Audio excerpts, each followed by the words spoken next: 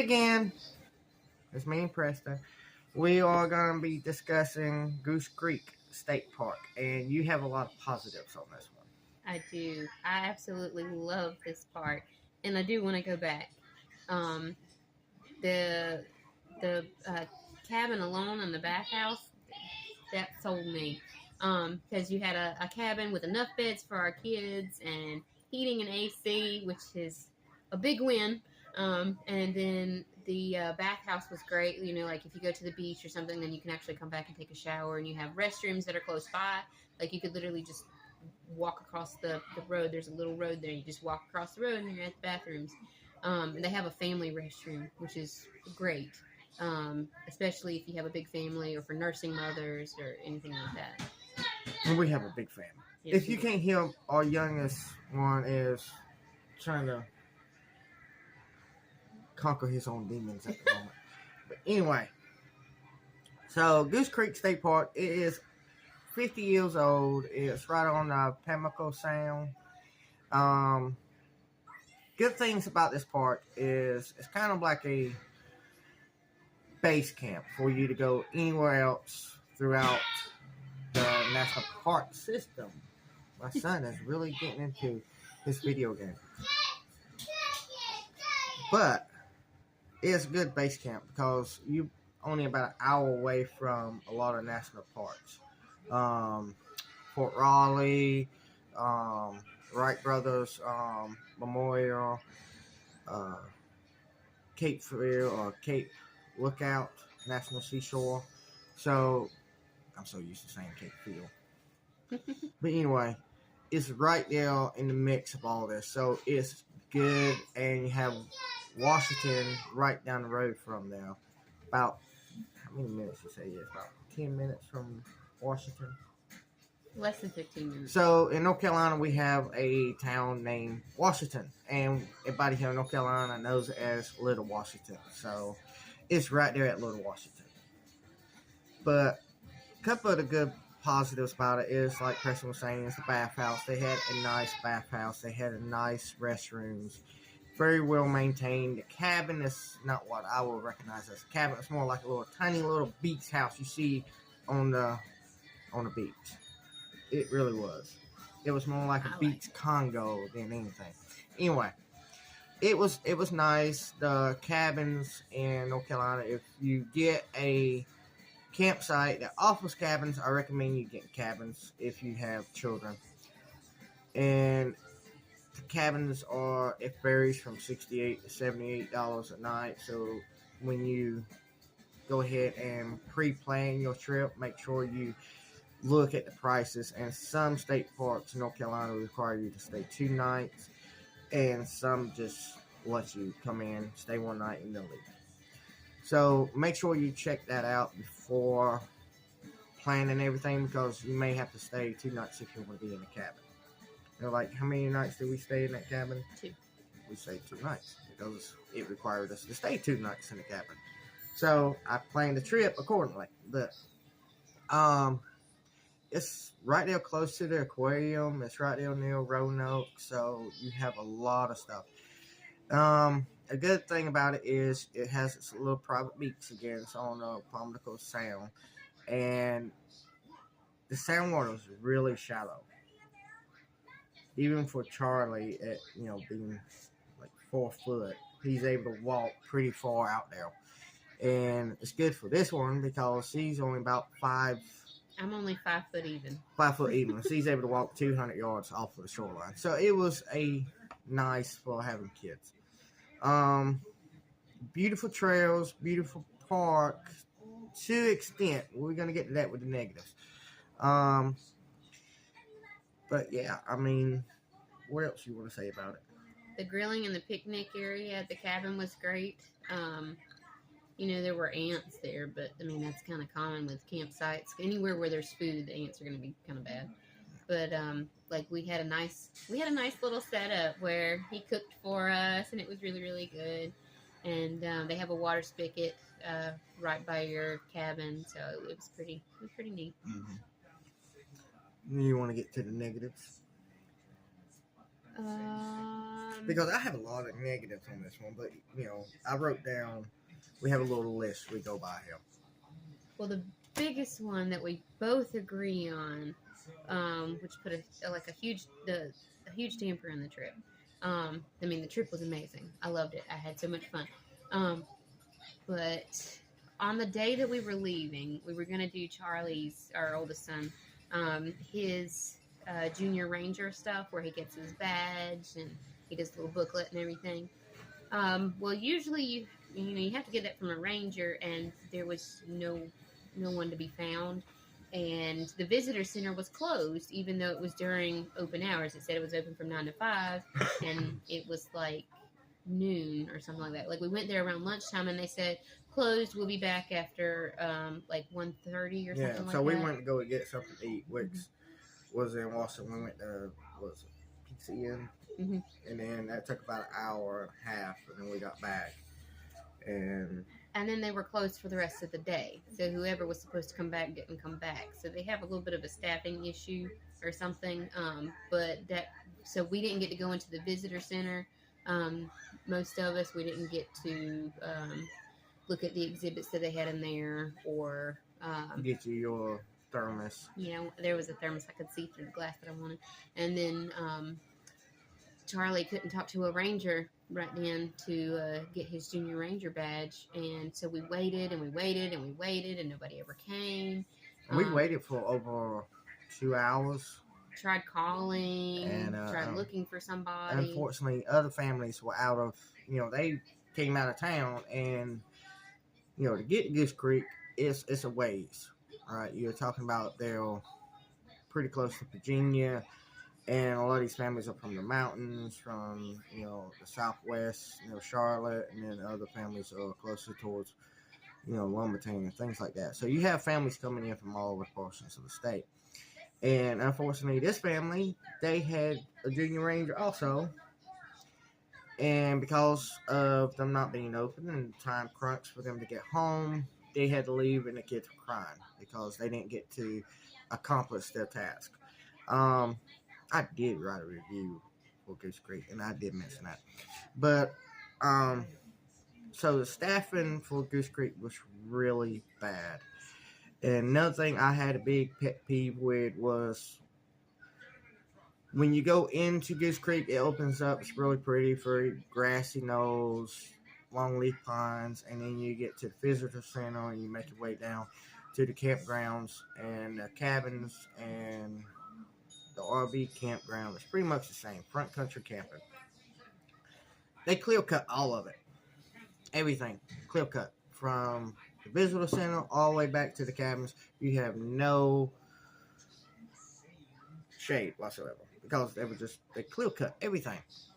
And it doesn't matter how hard you try, even if we had that cabin with AC, that cabin was still working. That AC unit was still working its butt off to cool off that cabin, because they just clear cut all the trees. And if you're in an RV, you're gonna have that same issue. Your RV, you're gonna try your butt to keep that RV cooled down. It doesn't matter if you're in a Class A or Class C or a camper. You're gonna be working your butt off to cool that camper down. We have humidity in the eastern part of the state. Yeah. And it is, oof. So, by them doing that, they really hurt themselves with that campground, because everyone, it was struggling to keep cool because there was no shade. Now, lucky for enough, I brought a canopy with us where we could have to eat up underneath, because there was no shade whatsoever. Canopy helped a lot. Yeah. So, that was one of my biggest pet peeves. The other big pet peeve is the rangers. I sat there and I left y'all at the visitor center with the doors locked, and I went driving around the park looking for a ranger, because I was gonna, you don't want to get me that point, but I was. He was gonna make sure his son was happy. You don't mess with Charlie, okay? Yeah, or any of the boys, but I was determined that we were not gonna leave until that boy got his junior ranger packs. So I was driving around the park, going to different portions of the park, looking for this ranger, and I couldn't find one. And found out they were actually inside of the visitor center the whole entire time with my wife banging on the door and everything. Nobody answered. Now, what about if that was an emergency? Yeah, that would have been bad. That would have been bad. But once you get to the back portion of the park, past the campgrounds, they left the vegetation alone. It was really pretty. It's what you expect a park to look like. So I was kind of happy they did leave that. Now, if you want wildlife, there was wildlife everywhere. There is a funny story with this because I did have to wake up in the middle of the night, go to the bathroom, and again, the bathhouse was right across the road in the bathrooms. So I started walking, mind my own business, and next thing you know, there's a freaking bell. A bell. And the bathroom has like this little wooden hoof wall that cuts off where the front door is so no one can look through the bathroom door. The bell was right there. And he stood up, and I'm standing there. I'm like, well, heck, okay, this is a good way to die. This is an awesome way to die. Because if I die like this, my sons get to say, my daddy got killed fighting a bell, okay? He was the last Daniel Boone alive on this planet, okay? So I was thinking about the glorious death I was fixing to have. So I was ready to fight this bell. And needs to say this bell was not having it, and he ran right past me. I did not say nothing to her at the time. I just went in there, used the bathroom, came back, laid down, and went to sleep. She didn't find out about this till afterwards because I knew what she would do. She probably would want to go and take pictures of the bell and, like, for me to start tracking with my tracking skills and all that. And, when I finally told her, she's like, why didn't you tell me? Just because I know the repercussions of that. So I wasn't, I wanted a good... I'm not going to go after a bear, but I might want to see one from the window. Well, that's the thing. Okay. But there was deer, wildlife all around. So, great place to see that. But if you do go there, bring some bell spray or something. And if you do go to the bathroom at night, don't be like Michael Whitehill and go off into the blackness of the dark and experience. Don't leave food outside. Don't leave food outside. Be responsible. Yeah, keep food in your cars as recommended, or in the cabin, because that cabin is built pretty tough and it does have electronic locks on it, so the bell ain't gonna be able to get in. The electronic locks were awesome. Yeah. So all your stuff is safe. Another thing is the good aspect of having no trees around the campsites. When the sun set, it did give a beautiful sunset, and when night fell, you could see a lot of stars. But I guess I'm just bougie, and I got little, I got accustomed to other campsites around North Carolina that had beautiful foliage and all that. So I'm kind of bougie with that. I want trees around me. So critical. Yeah. But the campsite, another negative I have about the campsite in the park is in North Carolina, you do have parks that do lock the gates. So once that time comes around, they lock the gate. Nobody can come into the park. No one can leave out of the park unless it's an emergency. So you're there. And if you do have to leave, you contact the ranger, and the ranger will come and escort you out of the park. And if you need medical attention, he would be there to help you. So this park didn't do that. So when you go, the park's open 24/7. So people's coming in and out as much as they want to. Which I did notice a lot of times. Somebody off the main road pulled down into the park for like 30 to 40 minutes, got back in the car and drove off. So you don't know what they were doing, don't know what was happening. So again, there's always one or two people in a crowd that wants to ruin it for everybody. So I don't like that they did not lock the park up. But with the national parks and things around, we're going to do individual videos for that. For Fort Riley, we had a blast there. We absolutely had a blast. We had a blast at the beach, even though the sand was extremely hot on that beach. More hotter than I ever would have expected. I mean, that was a hot beach. Well, one thing we didn't take into account was that the heat index that day was 106. Yeah, but maybe we were. Yeah, but anyway, Learning experience. Learning experience. The aquarium there was about the best aquarium I've been to. I've been to a lot of aquariums from what's the one down there at Carolina Beach? The name Fort of Fisher? Where is it Fort Fisher Aquarium? Mm-hmm. Yeah, I think so. Yeah, Fort Fisher Aquarium, and then we had this aquarium on Roanoke, and that aquarium was just absolutely wonderful. Wonderful. They had a pirate ship inside of the building. They had a whole bunch of stuff that the kids could get all, even adults. We got, drawn up into that thing like, holy crap, there's a pirate ship inside of this thing, bud.